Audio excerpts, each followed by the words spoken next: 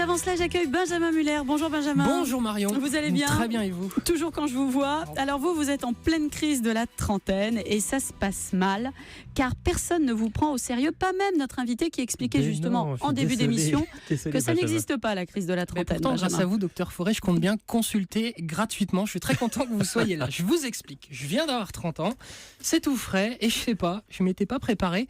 Mais le passage à la trentaine, ça a été pour moi comme... Comment dire? Pour vous donner une image, imaginez vous voulez entrer en courant dans un supermarché, la vitre est en verre, vous n'avez pas vu qu'elle était fermée et paf, dans la gueule. Et ben pour moi, ça a été exactement ça. Je suis passé du jour au lendemain de c'est cool, je suis jeune, j'ai 29 ans, l'avenir est à moi, à et ben voilà, déjà 30 ans. Pas encore vieux, mais plus vraiment jeune. Vous voyez l'entre-deux. Et le pire, c'est que ça, je peux en parler à personne. Tout le monde rigole quand je dis que c'est violent de passer l'âge des 30 ans. Marion, toujours très solidaire, se fout de ma gueule. Les copains, la famille, pareil. Tout le monde, on me dit, mais tais-toi, 30 ans, c'est super, c'est ça. Si on liste bien, c'est objectivement beaucoup plus violent de passer la barre de la trentaine par rapport à celle de la quarantaine. Pourquoi ? Parce que vous ayez 39, 42 ou 45 ans, c'est pareil, vous êtes dans l'âge moyen. L'adolescence est un lointain souvenir, vous commencez à compter le nombre d'années qu'il vous reste avant la retraite, vos copains divorcent tous les uns après les autres, votre vie sexuelle est un lointain souvenir. Ça, c'est le cas de tous les gens qui ont à peu près votre âge, Marion. Pas du tout caricature. Mais ça ne se déclenche pas automatiquement le jour de vos 40 ans. C'est ce que vous m'avez dit. Ça a été une longue pente douce. Ça s'installe petit à petit. Vers le fond, vers les bas-fonds. Donc, je comprends pas trop qu'on puisse parler de crise de choc. Je suis d'accord avec vous, docteur Forêt. Ça ne va pas parler de crise de la quarantaine. C'est plus donc une longue pente douce. Alors que le passage des 30 ans, il est beaucoup plus violent. Pourquoi ? Parce que du jour au lendemain, vous comprenez que vous n'êtes plus un jeune. Vous comprenez qu'en fait, vous ne serez jamais un champion de foot, jamais un acteur de cinéma, jamais président de la République.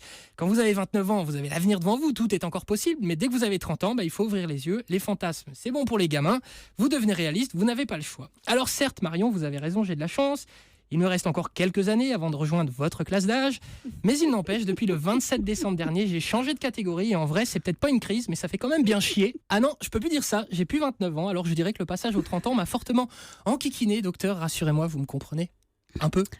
Oui, mais voilà. Une compassion sans limite.